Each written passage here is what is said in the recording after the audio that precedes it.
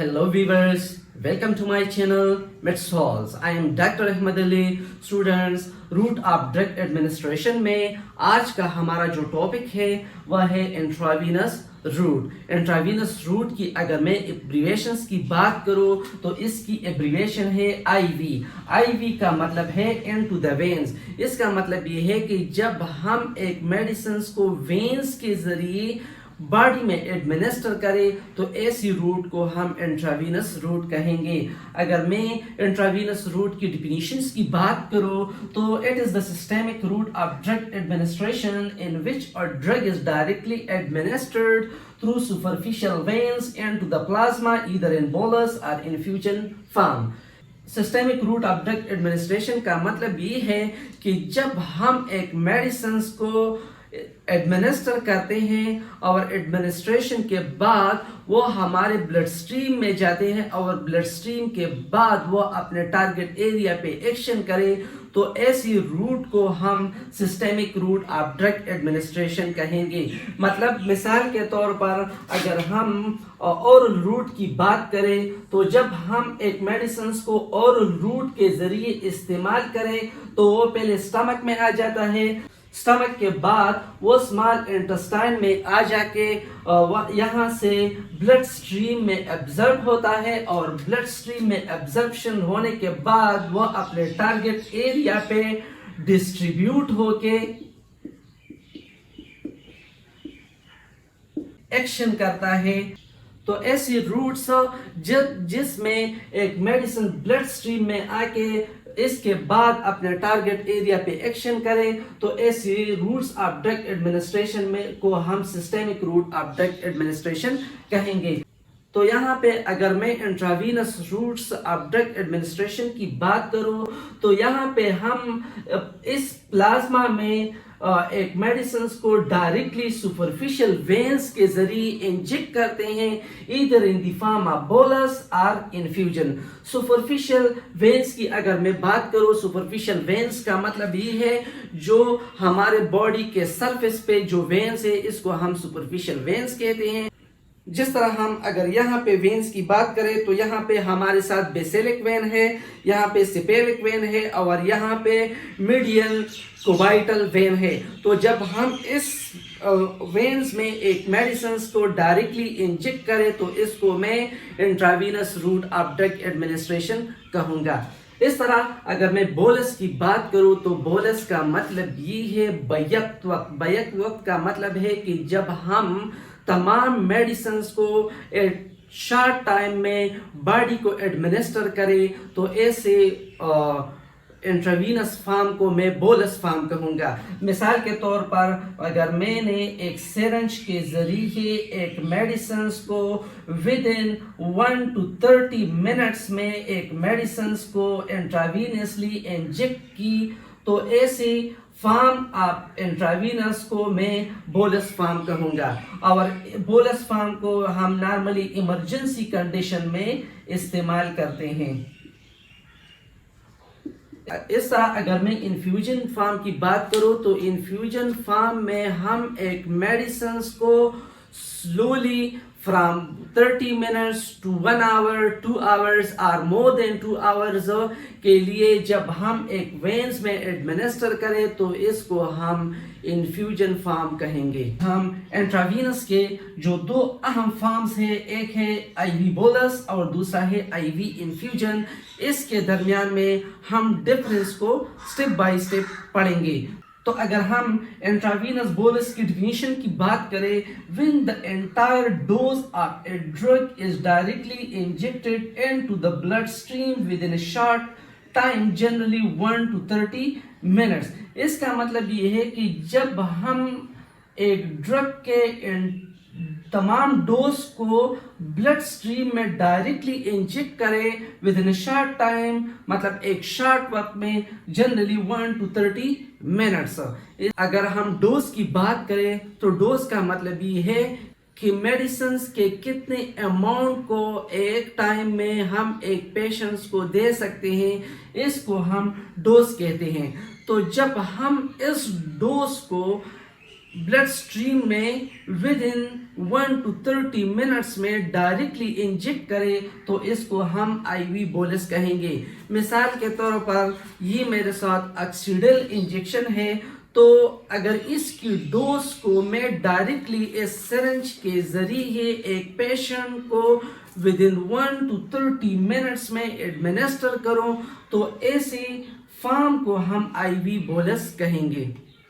अब अगर मैं आईवी इन्फ्यूजन के डिफिनीशन की बात करूं, when a dose of a drug is infuse slowly through a vein into the plasma through a concentrate for more than 30 minutes। इसका मतलब ये है कि जब हम एक मेडिसिन के डोज को प्लाज्मा में वेन्स के जरिए स्लोली इन्फ्यूज करें, मतलब एडमिनिस्टर करें थ्रू अ concentrate, एक कांस्टेंट स्पीड में for more than 30 minutes, 30 minute से ज़्यादा टाइम में, तो इसको हम आईवी इन्फ्यूजन कहेंगे।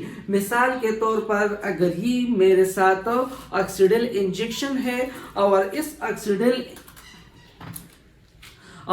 ऑक्सीडल इंजेक्शन को मैंने इस रिंगर लेक्टेट में डाल दी और इस रिंगर लेक्टेट को मैं आईवी और इस रिंगर लेक्टेट को जिसमें हमारे साथ ऑक्सीडल इंजेक्शन मौजूद है, आईवी रूट के जरिए slowly for more than 30 minutes to hours inject करो तो इसको मैं इंट्रावीनस इन्फ्यूजन कहूँगा। टोटल टाइम ऑफ एडमिनिस्ट्रेशन की बात करो तो IV bolus is given within a short time, generally 1 to 30 minutes. इसका मतलब ये है कि आईवी बोलस को सिरिंज के जरिए मैं एक शॉर्ट टाइम में इंजेक्ट करूंगा, मतलब 1 to 30 मिनट्स के दरमियान में इंजेक्ट करूंगा। और अगर मैं इंट्रावीनस इन्फ्यूजन की बात करूं तो infusion is given within a long period of time, generally more than 30 minutes to several hours। इसका मतलब ये है कि आईवी इन्फ्यूजन के जरिए हम एक मेडिसिन को लॉन्ग पीरियड ऑफ टाइम में इंजेक्ट करें for more than 30 to several hours, मतलब 30 मिनट से ज्यादा टाइम में।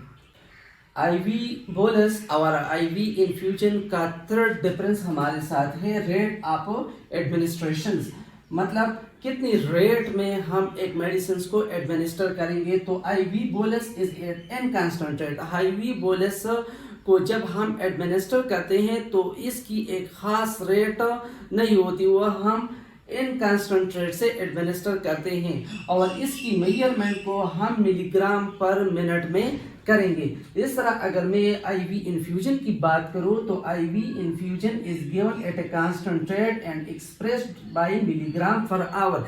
इसका मतलब ये है कि जब हम एक मेडिसिन को आईवी इन्फ्यूजन के जरिए एडमिनिस्टर करते हैं तो इसकी रेट को हम बाहर से रेगुलेट करेंगे, मतलब हम एक कांस्टेंट रेट के जरिए एक मेडिसिन को एडमिनिस्टर करेंगे और इसकी मेजरमेंट को हम मिलीग्राम पर आवर में करेंगे।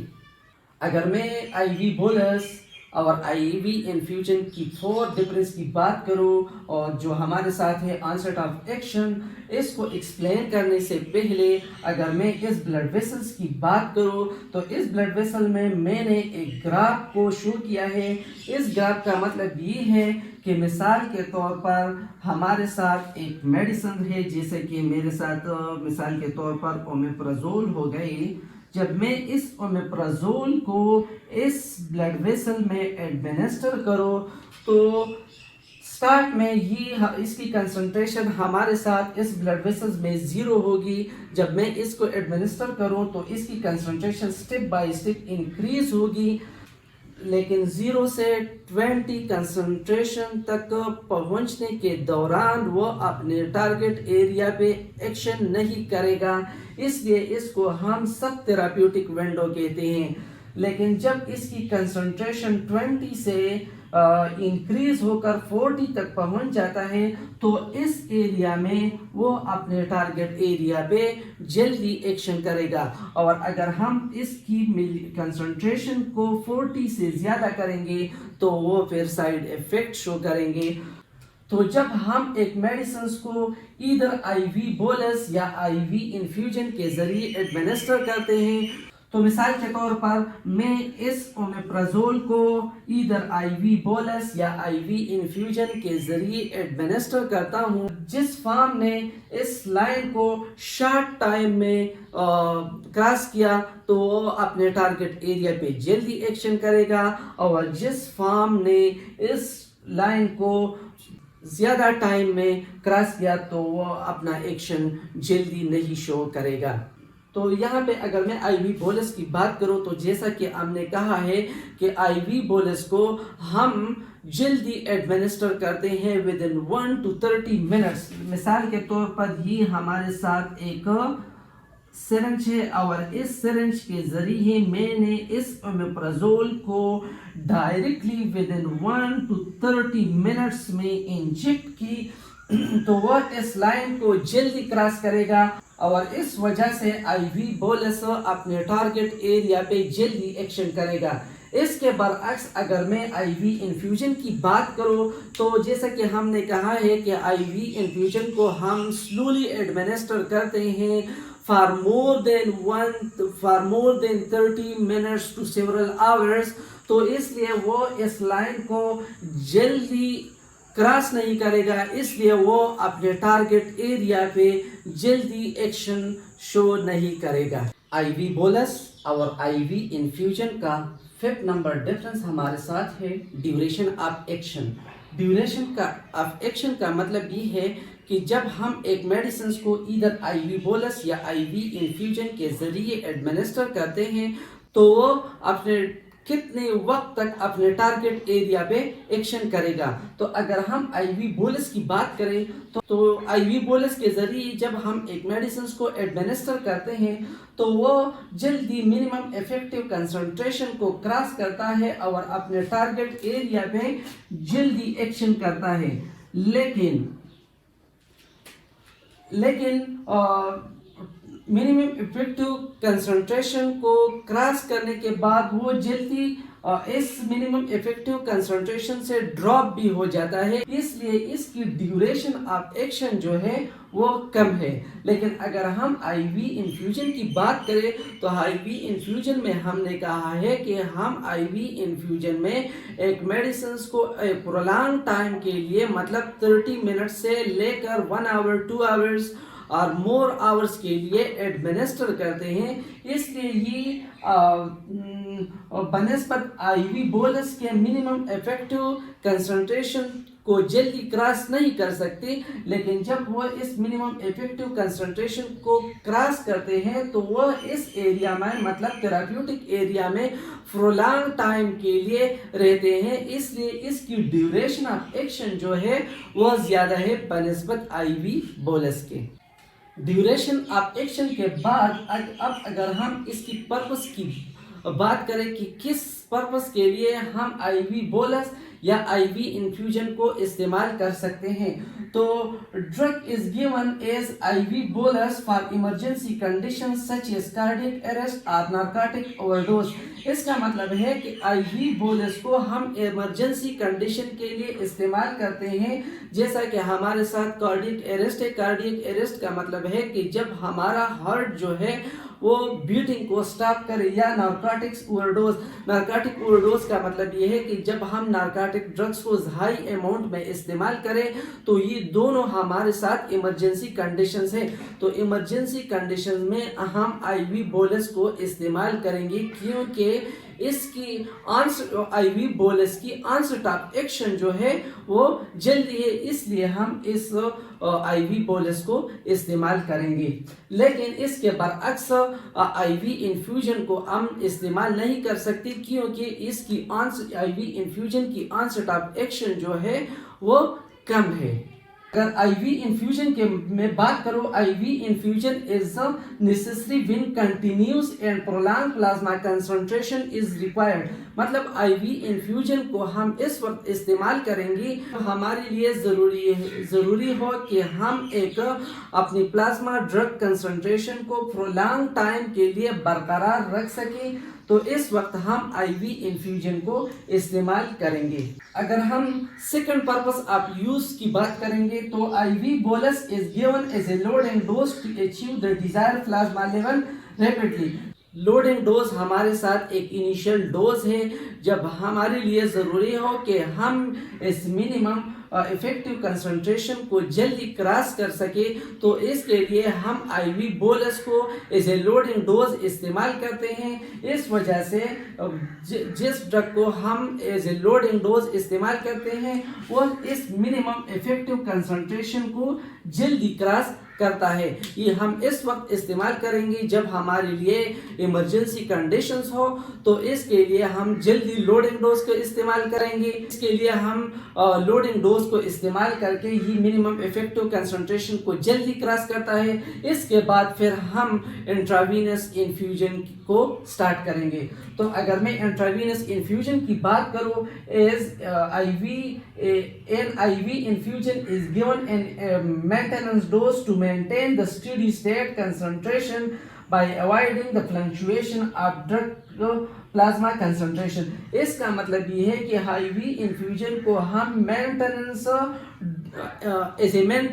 डोज के लिए इस्तेमाल करेंगे। मेंटेनेंस डोज का मतलब ये है कि ऐसा डोज, ऐसा कंसंट्रेशन जो इस मिनिमम इफेक्टिव कंसंट्रेशन और मिनिमम थेराप्यूटिक कंसंट्रेशन के दरमियान हो, इसको हम मेंटेनेंस डोज कहेंगे। मतलब इस मिनिमम कंसंट्रेशन से वो नीचे ना आए बल्कि इसमें बरकरार रह सके, इसको हम मेंटेनेंस डोज कहेंगे। और स्टेडी स्टेट कंसंट्रेशन का मतलब ये है कि जब हमारे साथ प्लाज्मा में ड्रग कंसंट्रेशन फ्लक्चुएट न करे बल्कि एक खास मकदार में, एक खास कंसंट्रेशन में हो। जितनी इस स्टेडी स्टेट कंसंट्रेशन में हम जितनी अमाउंट में मेडिसिन को इस्तेमाल करते हैं, इतनी अमाउंट में वो हमारी बॉडी से इलिमिनेट भी होता है, लेकिन प्लाज्मा में जितने कंसंट्रेशन में मेंटेनेंस डोज के दौरान हो वो बिल्कुल बरकरार रहेगी। तो इसको बरकरार रहने के लिए हम IV इन्फ्यूजन को इस्तेमाल करेंगे। Control of drug delivery.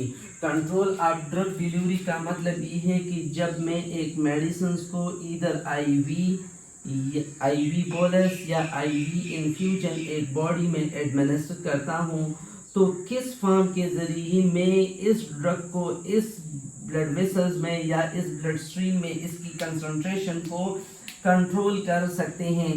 तो जैसा कि हमें पता है कि जब मैं IV बोलस के ज़रिए एक मेडिसिन को एडमिनिस्टर करता हूँ तो वो मैं विद इन 1 to 30 मिनट्स में एडमिनिस्टर करता हूँ। तो इसमें हम इसमें हम पुश के ज़रिए एक मेडिसिन को इमीडिएटली ब्लड में एडमिनिस्टर करते हैं। इस वजह से हम IV बोलस में ड्रग डिलीवरी को कंट्रोल नहीं कर सकते। इसके बरअक्स अगर मैं IV इन्फ्यूजन की बात करूं तो IV इन्फ्यूजन में हम एक मेडिसिन को प्रोलॉन्ग टाइम में एडमिनिस्टर करते हैं। इस वजह से हम एक्सटर्नल सोर्स के ज़रिए एक मेडिसिन को IV इन्फ्यूजन के ज़रिए यहाँ पे कंट्रोल कर सकते हैं।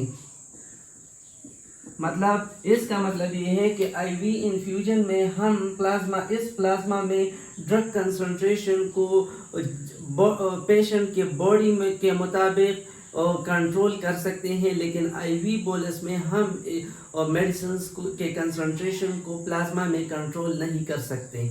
अगर मैं IV बोलस और IV इन्फ्यूजन की 7 नंबर डिफरेंस की बात करूं तो ये है हमारे साथ adverse effect of medications. chance of anaphylaxis or adverse effect is more in case of IV bolus.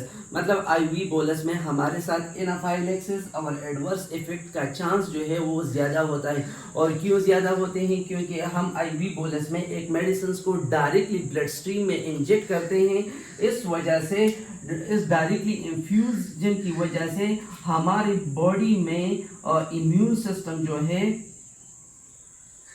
Immune system वो एक्टिवेट हो जाता है और इस एक्टिवेशन की वजह से हमारी बॉडी की ब्लड प्रेशर डिक्रीज हो जाती है.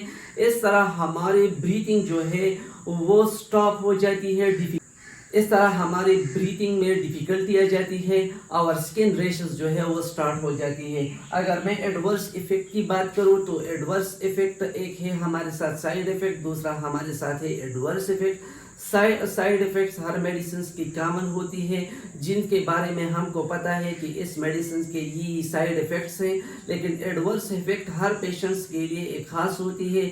जब हम इनको मेडिसिन को इंजेक्ट करते हैं तो इस बॉडी में एक अनडिज़ायरेबल रिएक्शन स्टार्ट होती है जो एक मेडिसिन के लिए कॉमन नहीं होती, जिसको हम एडवर्स इफेक्ट कहते हैं. तो IV बोलस के साथ एनाफाइलेक्सिस और एडवर्स इफेक्ट की चांसेस ज़्यादा होती है. लेकिन अगर मैं IV इन्फ्यूजन की बात करूं तो IV इन्फ्यूजन में chance of anaphylaxis and adverse effect is less in case of IV infusion, क्योंकि हम IV इन्फ्यूजन को प्रोलॉन्ग टाइम में एडमिनिस्टर करते हैं. इसलिए हमारी इम्यून सिस्टम जो है इसके बरअक्स इसके खिलाफ एक्शन नहीं करता, क्योंकि ये स्टेप बाय स्टेप बॉडी में जाती है और हमारी बॉडी इसको एक्सेप्ट करती है. इसलिए एनाफाइलेक्सिस और एडवर्स इफेक्ट की चांस जो है वो IV इन्फ्यूजन में कम है और IV बोलस में ज़्यादा है. IV बोलस और IV इन्फ्यूजन की 8 नंबर डिफरेंस हमारे साथ है प्लाज्मा लेवल टाइम करो.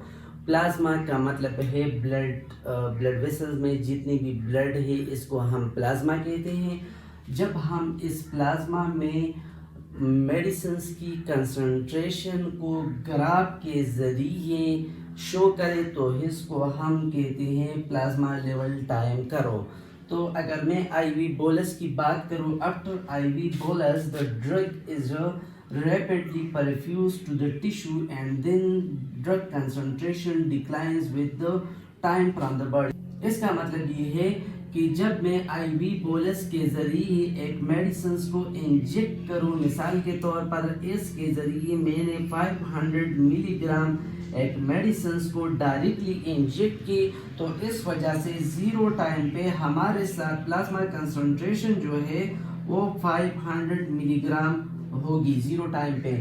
And then the drug concentration declines with time from the body. और इसके बाद चूंकि मैं तो मेडिसिन पर इंजेक्ट नहीं करता, ये 500 मिलीग्राम पर बॉडी से time by time step by step body से एलिमिनेट होगी. इस वजह से प्लाज्मा कंसंट्रेशन जो है वो इसमें डिक्रीज आएगी, मतलब ड्रग कंसंट्रेशन कम हो जाएगी. लेकिन अगर मैं यहाँ पे IV इन्फ्यूजन की बात करूँ तो after IV infusion the drug is slowly infuse into the plasma and gradually increase plasma concentration with time and attain a steady state concentration, and after discontinuation of infusion drug concentration declines with time from the body. इसका मतलब ये है कि जब मैं एक medicine को IV infusion, मिसाल के तौर पर ये हमारे साथ एक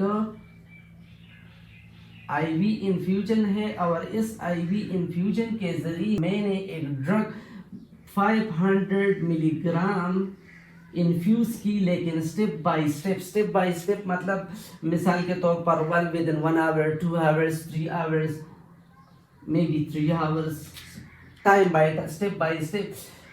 तो इस वजह से चूंकि स्टेप बाय स्टेप हमारे साथ मेडिसिन प्लाज्मा में आती है, इस वजह से plasma concentration time by time increase हो जाएगी, मतलब इसमें इंक्रीजमेंट आएगी.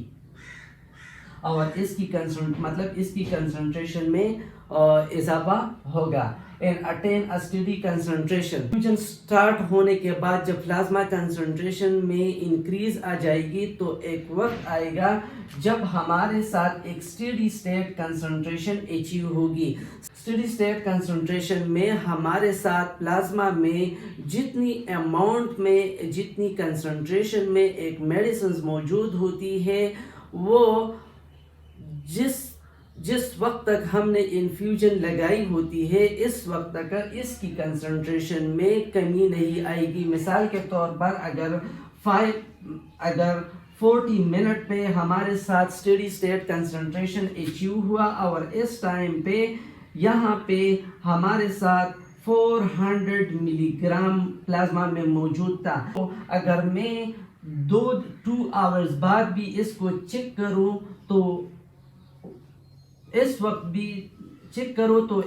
بھی ہمارے ساتھ پلازما میں اتنی ہی کنسنٹریشن ہوگی. اس کی وجہ یہ ہے کہ جب اسٹیڈی اسٹیٹ کنسنٹریشن اچیو ہوتا ہے تو جتنی اماؤنٹ میں ہم ایک میڈیسنز کو باڈی میں ایڈمنسٹر کرتے ہیں اتنی ہی اماؤنٹ میں وہ ہمارے باڈی سے نکلتی ہے. اسٹیڈی اسٹیٹ کنسنٹریشن کو اچیو کرنے کے لیے ہمارے لیے ضروری ہے کہ ہم ایک میڈیسنز کو باہر سے کنٹرول کرے کہ کتنی اماؤنٹ میں وہ ہمارے ساتھ پلازما میں جاتی ہے. اور جب میں اس انفیوژن کو ڈسکنٹینیوس کروں مطلب اس کو ہٹا دوں تو پلازما کنسنٹریشن میں پھر ہمارے ساتھ ڈکلائن آ جائے گی، مطلب اسٹیڈی اسٹیٹ کنسنٹریشن جو ہے وہ ختم ہو جائے گی اور time by time plasma concentration میں کمی آئے گی. کیونکہ جب ہم انفیوژن کو ہٹا دیں گے تو میڈیسنز جو ہے جو پلازما میں موجود ہے جتنی کنسنٹریشن میں موجود ہے وہ ہماری باڈی سے ٹائم بائی ٹائم ایلیمینیٹ ہو جائے گی.